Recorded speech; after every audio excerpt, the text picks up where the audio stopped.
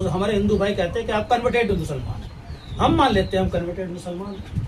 तो हम कहे कि हिंदू और कहे कि मुसलमान, इस पर कहे कि लड़ रहा है। सिर्फ नमाज पढ़ ली हमने इसलिए हम बुरे हो गए, हमने अजान पढ़ ली उसमें मस्जिद में तो इसलिए बुरे हो गए। अस्सलाम वालेकुम फ्रेंड्स, देखिए हमारे मामा ससुरे हैं जो हिंदी कुरान गर्ल के मामा हैं। अल्हम्दुलिल्लाह। सभी दोस्तों को अस्सलाम वालेकुम।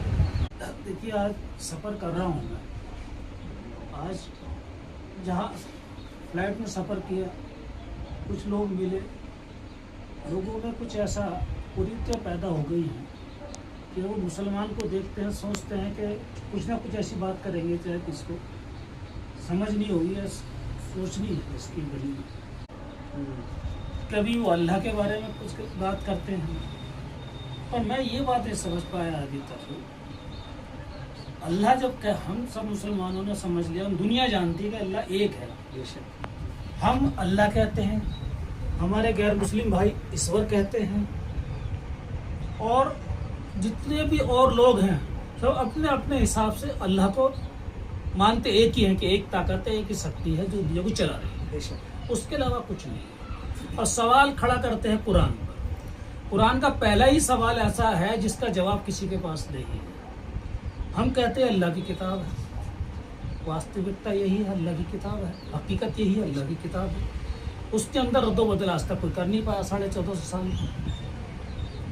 अगर एक अल्फाज जो शुरू का है अगर हम वही समझ लें कि पहले तो हम मुसलमान कहता है बिस्मिल्लाहिर्रहमानिर्रहीम, उसका क्या मतलब है वो समझने को हम लोग भी तैयार नहीं है। कह तो ये रहा कि मैं जो भी काम कर रहा हूँ अल्लाह के नाम से शुरू करता हूँ और अल्लाह के नाम पे ही ख़त्म करता हूँ, पर उसके आगे जब हमारी सूरह फातिहा ही पढ़ लेते हैं, बस एक ही पढ़ लिया जाए, वही कुरान का सारा जुज़ है, अल्हम्दुलिल्लाहि रब्बिल आलमीन। जब अल्लाह कह रहा है अल्हम्दुलिल्लाहि रब्बिल आलमीन, तो मैं क्या मुसलमानों को तो रब नहीं हूँ, मैं किसी एक का रब नहीं हूँ, मैं किसी एक मुल्क का रब नहीं हूँ, दुनिया में किसी एक खित्ते का मैं एक रब नहीं हूँ, मैं पूरी आलम का रब हूँ। तो हम उसी पे अमल कर लें, बहुत बड़ी बात है, हम उसी को जान लें। उसके आगे हम बात करने की हिंदू मुसलमान की बात ही खत्म हो जाती है कि कोई हिंदू है कोई मुसलमान है। ईश्वर को कहते एक है, जब ईश्वर एक है तो वो अल्लाह का ही वजूद है। ईश्वर को जो लेके गए वहाँ वो अल्लाह के नाम है। जब अल्लाह का नाम ईश्वर है और यहाँ हम अल्लाह कह रहे हैं, तो आप काहे के लिए झगड़ा करना इस बात के लिए। छोटी छोटी बात कहते हैं कुछ लोग, हमारे हिंदू भाई कहते हैं हलाला बताओ। हमारे कुछ मित्र थे RSS के, वो हमें घेर के बैठ गए कि आपके यहाँ तो ये बताइए आपके यहाँ हलाला क्यों होता है। तो हमने उनसे कहा कि आप हलाला पे तो ज़्यादा जोर देते हो, नियोग बताए हमें, नियोग क्या होता है। अगर नियोग के बारे में आप सर्टिफाइड जवाब दे देंगे तो हम भी कह देंगे, हम भी जवाब दे देंगे हलाला का। हालांकि हलाला वो सजा है जो इस सजा को भुगतता है वो मौत से बदतर सजा है। हलाला जो उसमें तलाक देने वाला और उस तलाक को फिर हलाल करने के लिए कोशिश करने वाला, दोनों खानदान पिस जाते हैं उसके अंदर। बहुत गहरी बात है फ्रेंड्स। अजान हो रही, 1 मिनट फ्रेंड्स, अजान हो रही है मामा, अजान हो रही है, अजान के बाद इंशाल्लाह। फ्रेंड्स गौर करते रहिए एक एक बात पर मामा के यहाँ। तो फ्रेंड्स अल्लाह के फजल करम से अजान हो चुकी है, तो मामा आप बताइए हमारे फ्रेंड्स को हलाल के बारे में जो बात हो रही थी। असल में हमारे हलाला के बारे में हमारे जो गैर मुस्लिम भाई हैं, नॉन मुस्लिम हैं, वो भी भ्रमित हैं। उनको भी किसी चीज़ का भ्रम है, या तो वो जानबूझ के या ऐसा सोच रहे हैं कि भ्रम पैदा करते हैं, या समझने नहीं चाहते, या नौजवानों को समझाना नहीं चाहते। आप एक छोटी सी बात है मेरी, अपनी बीवी को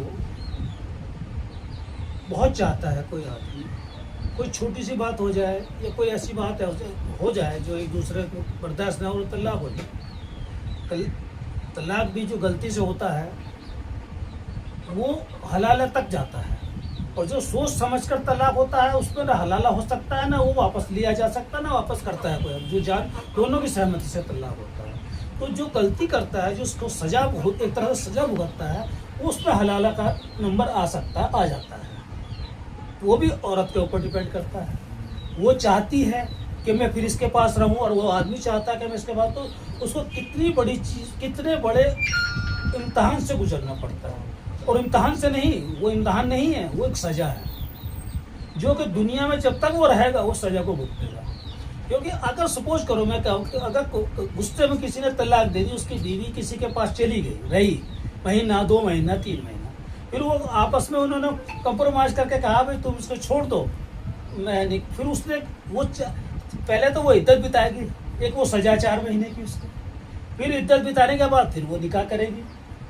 निकाह करने के बाद जब वो आएगी, तो जब वो जिस घर में रहे, जिस आदमी का पहले थी, अब उसके दूसरे के पास वो रह के आई है, तो अब ये आप ये समझो कि वो उस औरत का और उस आदमी का कैसे दिल मिलेगा और कैसे वो एक्सेप्ट कर पाएगा उसको। बताओ फ्रेंड्स, देखो आप सोचिए, गौर करिए कि अपनी बीवी वो दूसरे के पास, उसका हर वक्त जब बैठेंगे दूसरे एक दूसरे के साथ मिलकर बैठे बात भी करेंगे, तो उसके दिमाग में यही घूमता रहेगा, यार मेरी बीवी उसके साथ इस टाइम ऐसे बैठी होगी, उसके टाइम ऐसे ये होगा, उसके टाइम ये घूम रही होगी, ये कर रही, तो कैसे आदमी अपनी मौत मर रहा होगा उसको। तो हलाला तो इसका हल है नहीं, और हलाला किया भी नहीं जाता है। और जो लोग हलाला करते हैं वो इंसान, मैं उनको इंसान मानता ही नहीं। या तो तलाक दे दिया तो फिर तलाक हो गया, फिर हलाले पे नहीं जोड़ देना चाहिए किसी को कि हलाला करो, फिर जिसकी हो गई वो उसके घर चली गई। तो इसलिए हलाला तो हमारे यहाँ वैसे एक तरह से सच, मैं जो मानता हूँ, आलिम क्या मानते हैं आलिम जाने, मैं जो मानता हूँ वो सजा है। अगर मेरी बीवी किसी के पास चली जाए, वैसे भी चली जाए, तो मैं उसको वैसे नहीं रख सकता हूँ अपने पास। तो जब हम इतनी बड़ी सजा औरत को देते हैं, तो हमको भी तो वो सजा होती है अपने साथ में। इसलिए हम लोग को उससे बचना चाहिए, और हमें हलाला को समझना चाहिए, हलाला क्या चीज़। ये हमारे हिंदू भाई जानते हैं अच्छी तरह से हलाला क्या है, नियोग क्या है। अब इन्हें नियोग पे जाना चाहिए, अब इनको नियोग को आम करना चाहिए। नियोग क्यों किया जाता है, क्या कारण है, उसका भी अर्थ बता दे। हमने ये कहा उनसे, हमें नियोग का अर्थ बता दे भाई, हम भी सेटिस्फैक्शन चाहते हैं अपना, कि हम भी समझ लेंगे इस बात को। तो उस पर वो बोलने को तैयार नहीं है। ये तो बहुत, वो कहते हैं कि ये तो बहुत ऐसे परिस्थितियों पे होता है, नियोग किया जाता है, तो वही तो हलाला की परिस्थिति है, वो कोई जानबूझ के थोड़ी कर रहा है वो। यानी ये जो हलाला और नियोग है, इंसानों ने बना लिया है बस अपने नफ्सा नफसी खेल के लिए। और तीसरी, इसमें मेरा तीसरा और ये जो मैं जोड़ता हूँ कि नियोग, और ये हमने स्वार्थ के लिए चले मान ली, बना लिया। एक और अब जो नई सोसाइटी, मॉडर्न सोसाइटी में आ गया है की क्लब चल रहे हैं आजकल। एक तो पार्टियां रखी जाती हैं, और वो अपनी गाड़ियों की चाबियां उसमें डाल देते हैं, और उसके बाद जब खत्म होता है क्लब, तो जब जाते हैं अपने पर, तो उनकी बीवियां उनकी गाड़ियों के पास खड़ी होती है, तो जो जिसकी गाड़ी की चाबी आएगी तो वो उसके साथ उसको लेके जाएगा। ये यहूदियों का है त्योहार, त्योहार है यहूदियों का। तो आप बताइए मुझे कि वो क्या चीज है, मुसलमानों पर क्या ये लागू होता है, हलाला इसके पर लागू नहीं होता। ये जिना है, एकदम खुला जिना है। कि ऐसी चीजों से हमें बचना चाहिए, और हमें इसको, हमारे आने वाली नस्लों को ये चीज नहीं देनी चाहिए। आने वाली नस्लों को हमें एजुकेटेड करना चाहिए, उनको पढ़ाना चाहिए, और वो पढ़ेंगे तो समझेंगे। हमारे कहने, आजकल तो सोशल मीडिया का टाइम है, तो कोई उल्टा सीधा डाल देता है, उस पर कमेंट कर देते हैं लोग, तो उसी को आगे बढ़ा देते हैं, तो ये गलत है। इससे हमारा समाज बिखर रहा है, और हिंदुस्तान की जो संस्कृति है सबसे ज्यादा खतरा उसको पैदा हो रहा है। और अभी तक मुसलमान और हिंदू ये नहीं समझ पाया। हमारे हिंदू भाई कहते हैं कि आप कन्वर्टेड मुसलमान हैं, हम मान लेते हैं हम कन्वर्टेड मुसलमान, चलिए इस्लाम यहाँ आया, हम कन्वर्टेड हैं, हम इसका एग्री कर रहे हैं, हम कन्वर्टेड हैं। पर हम कन्वर्टेड होने के बाद हमने जिस चीज़ को अच्छा समझा उसको अपना लिया, जहाँ हमें इज्जत मिली हमने वो काम किया। तो हमें आज अगर हम हैं तो हम भी इसी हिंदुस्तान का खून ना। तो संस्कृति तो हमारी और आपकी अभी भी है। शादी में करते हैं तो भी हम दहेज के पीछे पड़े रहते हैं, इतना दहेज लेंगे, इतना दहेज देंगे। लड़की वाले ने लड़की पाली, अपनी जिंदगी लगा दी लड़की को पालने में, उसको एक अमानत के तौर पर पाला, उसको फूल की तरह मुरझाने नहीं दिया। पर उसको जब हम अपनी उसकी लड़की को विदा करते हैं तो हमसे हमारे को लाया जाता है कि इतना रुपया चाहिए, इतनी गाड़ी चाहिए, इतने बंगले चाहिए। तो आप मुझे बताइए कि हमने लड़की भी दी उसका खानदान चलाने के लिए, और हमने अपना सारा ज़्यादा उसको चाहिए। तो ये हमारी संस्कृति, ये हिंदू संस्कृति है कि ये हम वही संस्कृति जब हमारे अंदर आ गई, तो हम कहे कि हिंदू, कहे कि मुसलमान, इस पर कहे कि लड़ रहे हैं। सिर्फ नमाज पढ़ ली हमने इसलिए हम बुरे हो गए, हमने अजान पढ़ लिया उसमें मस्जिद में तो इसलिए बुरे हो गए। तो ये चीज़ अच्छी नहीं है। हमको एक दूसरे की भावनाओं को समझना होगा। हम हमारी संस्कृति, हमें हिंदुस्तान की संस्कृति को बचाना है। अगर हिंदुस्तान की संस्कृति बचेगी तो इस्लाम मजहब भी बचेगा और हिंदू मजहब भी, सनातन भी बचेगा। तो फ्रेंड्स, मामा की बहुत शुरू में जैसा मामा आप बताए थे कि अगर कोई मुसलमान हो या कोई हिंदू हो, कोई भी मज़हब का हो, अगर उसने ये समझा कि कुरान की जो पहली सूरा है सूरतुल फातिहा, उस सूरे का पहला लाइन जो है अल्हम्दुलिल्लाहि रब्बिल आलमीन, यानी अल्लाह रब्बुल इज़्ज़त सब तारीफ़ का लायक है। वो क्यों तारीफ़ का लायक है? क्योंकि वो तमाम आलमीन का रब है, यानी पालने वाला है, पैदा करने वाला है, मौत देने वाला है, हर वो चीज़ का मालिक है। जैसा मामा बता रहे थे, अगर कोई ये शख्स ये बात समझ गया तो वहाँ पर कोई ना हिंदू की बात है, ना मुसलमान की बात है, ना कोई और धर्म मज़हब की बात है, सिर्फ एक रब की दावत की बात है वहाँ पर। यानी हम सब एक ही प्लेटफॉर्म के, वो है इंसानियत, और इस इंसानियत का रब है अल्लाह रब्बुल आलमीन।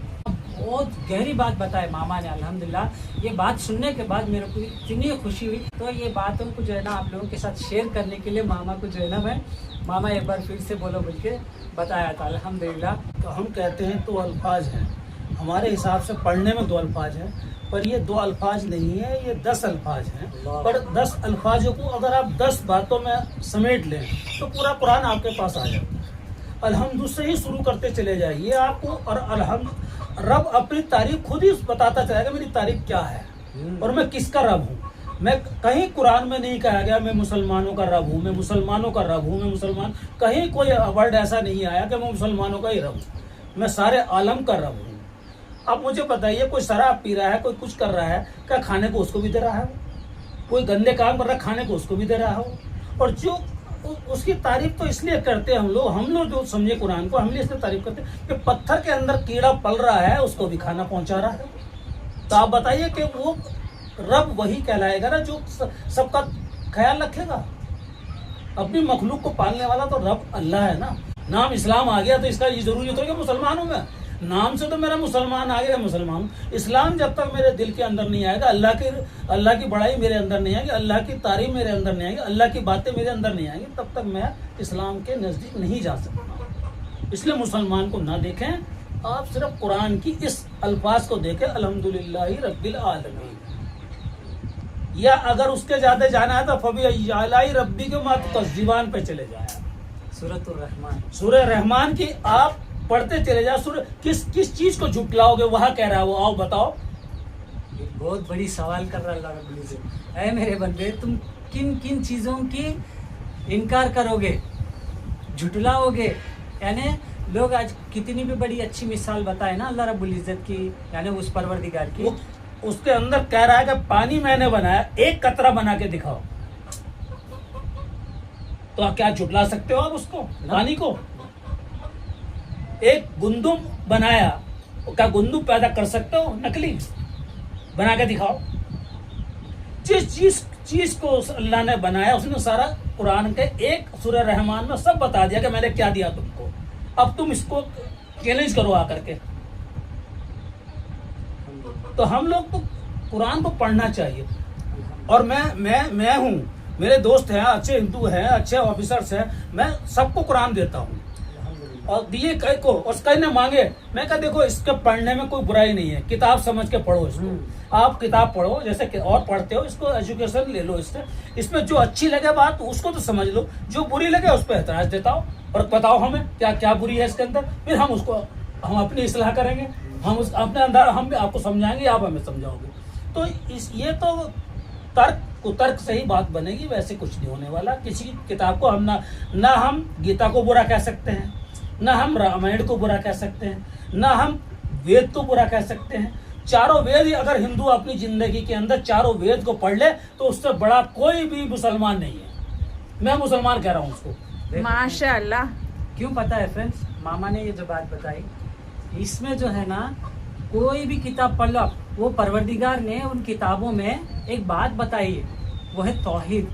यानी कुरान में एक आयत भी बताया ना मामा, तालबिल कलिमातिन सवाइन बैनना व बैनकुम, बोल रहा अल्लाह रब्बुल इज़्ज़त, कह दो उन अहले किताबों से, यानी उससे यानी अल्लाह के नबी सल्लल्लाहु अलैहि वसल्लम से पहले जितने भी नबियाँ गुजरे और उनके ऊपर जितने भी किताबें, जितने भी सौफे उतारे ना अल्लाह रब्बुल इज्जत, उन लोगों से बोल रहा अल्लाह रब्बुल इज्जत, ताला बिल कलिमातिन सवाइन बैनना व बैनकुम, आओ उस राह की तरफ जिस राह में एक सा है। बोल रहा वो एक सा क्या है कि हम सब अल्लाह के बंदे हैं, वो परवरदिगार एक है, उसी की इबादत करेंगे, उसके साथ किसी को शरीक नहीं करेंगे। आप कौन सी भी किताब उठा के देखो, जैसा मामा बोले वेद देखो, भगवत गीता देखो, कुरान देखो, बाइबल देखो, इन सारे किताबों में एक ही एक रब की बात आती है, उसी की हमद आती है, यानी उसी की तारीफ आती है और उसी की इबादत करने के लिए कहा गया है।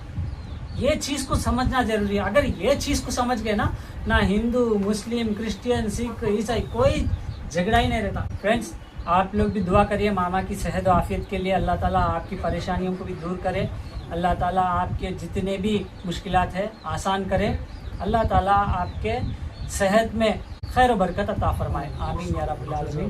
तो जज़ाकल्लाह खैर मामा, आपने बहुत आज हमारे फ्रेंड्स को और हमारे को, सबसे पहले हमको जो साथ में बैठ के सुन रहे ना, अल्हम्दुलिल्लाह दिली खुशी हुई और दिल इतना नूर से भर गया वो रब्बुल आलमीन की बातें सुन के। आज तक जो है ना कुछ उलमाए इकराम की बात सुन के खुश होती थी, आज फिर से वो माहौल महसूस हुआ मेरे को अल्हम्दुलिल्लाह। तो ये बातें थी फ्रेंड्स जो मामा ने बताई थी, बहुत गहरी बातें आप लोगों के साथ शेयर किए। लेकिन हम तो आलिम नहीं हैं, अमल करने वाले हैं आलिमों की बात पर जो हमें बताया गया है बचपन से हमने पढ़ा है उसी पे हमारा दिल से निकलता है जो भी निकलता है। हम इसी खोज में भाग रहे हैं इधर उधर कि हम क्या चीज़ खोज रहे हैं कि हमारी एकता इत्तेफाक कैसे हो, हमारे मुल्क के अंदर शांति कैसे हो, हम कैसे एक साथ रहें। एक हमारे बचपन में है, हमारे आज भी दोस्त हैं, हम एक साथ खाते थे, एक ही साथ बैठ करके खाते थे।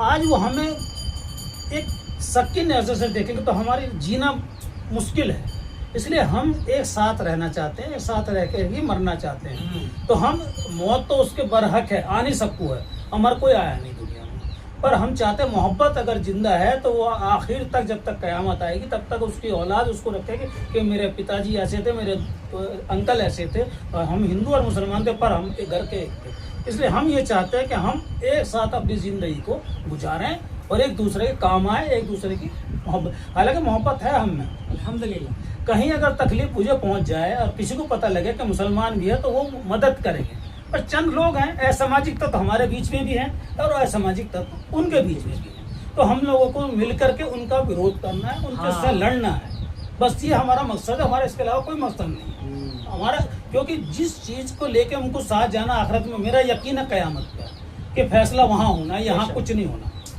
यहाँ दुनिया में किसी का कोई फैसला नहीं होना, यहाँ तो हक पे हक मार रहे हैं लोगों के। लोग समझ रहे हैं कि मैंने बहुत अच्छा कर लिया, उसको नीचा दिखा दिया तो मैं बहुत अच्छा हूँ, पर नहीं, इसका हक वहाँ जो मिलेगा वो वहाँ मिलेगा, यहाँ कुछ नहीं मिलने वाला इसका। और इसको सोच लें, जो भी आप कर रहे हैं वो अल्लाह के लिए कर रहे हैं और अपने लिए कर रहे हैं। तो अगर कुछ पाना है कुर्बानी तो देनी पड़ेगी, कुर्बानी के लिए तैयार रहें। कोई अगर आपको गाली दे रहा है तो कोई बात नहीं, बर्दाश्त करें, उसको समझाएं, न कहा भाई तू उसको गाली देकर अगर संतुष्ट हो रहा है तो गाली दे, पर हम तुमको गाली नहीं देंगे, हम तुमको वही प्यार करेंगे जो हम बचपन में एक साथ प्यार करते हैं। तो हम लोग को मिल करके चलना है इस देश में और इसको साथ लेके चलना है। तो ये हमारे नबी करीम सल्लल्लाहु अलैहि वसल्लम की तालीम है फ्रेंड्स। देखिए कितनी गहरी बातें हैं कि आप अभी भी एक बात बताया मामा ने कि हम जो है ना, अगर कोई हमारे को कुछ गलत बोल रहा तो उस बुराई को ही बुरा समझना है, उस शख्स को नहीं समझना है, उस शख्स से हम नफरत नहीं करना है। वो शख्स के अंदर जो बुराई है उस बुराई से हमको नफरत करना है, उस बुराई को दूर करना है, क्योंकि वो भटक गया। उस भटके हुए इंसान को जो है ना, हम अकल रखने वाले उसको करीब करके उसके अंदर से वो बुराई को दूर करना है। ये सोच बहुत कम लोगों के पास होती है फ्रेंड्स। तो अल्हम्दुलिल्लाह, आप लोगों को कैसा लगा फ्रेंड्स ये मामा की जो बातें हैं? अल्हम्दुलिल्लाह ये तमाम चीज़ें जो है ना दीन इस्लाम की बातें हैं जो मामा ने बताई है। अल्हम्दुलिल्लाह, अल्लाह ताला आपके सेहत में खैर और बरकत अता फरमाए, अल्लाह ताला आपकी हर परेशानी को दूर करे मामा। अल्हम्दुलिल्लाह। तो फ्रेंड्स, मामा के लिए दुआ कीजिए। हिंदी कुरान का आप क्या कहना चाहते हो? हिंदी कुरान का फ्रेंड्स शौक हो गए वहाँ पर, देख खामोश सुन रहे, माशाल्लाह माशाल्लाह कहते हैं। क्या बोलोगे हिंदी कुरान में? तो फ्रेंड्स, अभी मैं कैमरे के पीछे हूँ, लेकिन यहाँ से अल्हम्दुलिल्लाह माशाल्लाह बहुत निकल रहा है दिल से। और ये थी आज की वीडियो आप सभी को कैसी लगी ज़रूर हमें कमेंट करके बताएं। और आप हमेशा पूछते थे ना कि आप अपनी फैमिली से मिलाओ, तो ये रही फर्स्ट मेरी फैमिली मामा। तो फर्स्ट मैंने आपसे मिलाया है मामा को। तो मामा की बातें आप सभी को कैसी लगी, क्या समझ आया, ज़रूर कमेंट करके बताएं। और इस वीडियो को ज़्यादा से ज़्यादा लाइक करें, कमेंट करें। तो इंशाल्लाह हम नेक्स्ट वीडियो भी ज़रूर बनाएंगे मामा के साथ, और फिर नए टॉपिक के साथ, वो भी इस्लामिक इंशाल्लाह। और ख़ास हमारे मामा के लिए दुआ में गुजारिश, इस माह रमज़ान में आप जो भी ख़ास दुआएं करते फ्रेंड्स, उन दुआओं में मामा की सेहत आफियत के लिए दुआ करेंगे इंशाल्लाह। आज जो है ना सुबह में आए थे अल्हम्दुलिल्लाह फ्लाइट चढ़ के, अल्लाह खुद तरफ से थोड़ा सेहत भी जो है ना साथ नहीं दी थी, फिर भी अल्हम्दुलिल्लाह सफ़र में भी रोज़े थे अल्हम्दुलिल्लाह। हाँ। रोज़े से थे तो थोड़ा वो हो जाता ना फ्रेंड्स, सफ़र में थोड़ा इस तरह रोज़ा नहीं रखना था, फिर भी अल्लाह रब्बुल इज़्ज़त जो है ना उनके ऊपर छोड़ दिया। अगर रख रहे तो कोई ज़बरदस्ती नहीं है, नहीं रख रहे तो भी कोई ज़बरदस्ती नहीं है, ये उनके लिए है। और मामा की सोच ऐसी है, अगर मैं फ़्लाइट में ही आ रहा हूँ, ज़्यादा मुश्किल नहीं रहती। अगर मैं आज छोड़ दिया तो वो रमज़ान की फजीलत खो जा सकता है, इसलिए बेहतर है रमज़ान में मैं मुकम्मल कर लूँ। इस तरीके की सोच अल्हम्दुलिल्लाह बहुत अच्छी सोच है। तो फ्रेंड्स इंशाल्लाह दुआ में ख्याल, इसी तरीके से हमें सपोर्ट करते रहिए। तो मिलते हैं इंशाल्लाह नेक्स्ट वीडियो में, तब तक के लिए जज़ाकल्लाह खैर। मामा आखिरी कुछ बातें बता रहे तो आप बता दीजिए। आप सभी लोगों को रमजान की और अग्रिम ईद की मुबारकबाद भी साथ साथ दे रहा हूँ, Advance क्योंकि में। फिर मुलाकात हो या ना हो, उससे पहले मैं सबको ईद की मुबारकबाद दे रहा हूँ। और दुआ कीजिए हमारे लिए भी, और सारी हिंदुस्तान के लिए भी दुआ कीजिए, और हमारे मुल्क के लिए दुआ कीजिए कि मुल्क में अमन व अमान रहे आमीन। और सब लोग साथ रहें, आमीन। मिलजुल के रहें। अल्लाह बस ताला यही मेरा आखिरी पैगाम है। अल्हम्दुलिल्लाह अल्लाह ताला आपको लंबी उम्र के साथ, सेहत और आफियत के साथ, अमन और सलामत के साथ सुकून वाली ज़िंदगी अता फरमाए। आमीन। तो फ्रेंड्स मिलते हैं इंशाल्लाह नेक्स्ट वीडियो में। अगर आप लोगों को कुछ भी सवालात है, आप लोगों के मामा की बातों से कैसा क्या लगा, आप लोगों को कितना मुतासिर हुए मामा के बातों से, कमेंट करके ज़रूर बताना। इंशाल्लाह मिलते हैं नेक्स्ट वीडियो में, तब तक के लिए जज़ाकल्लाह खैर। अस्सलाम वालेकुम। सलाम। अल्लाह हाफ़िज़। अस्सलाम वालेकुम।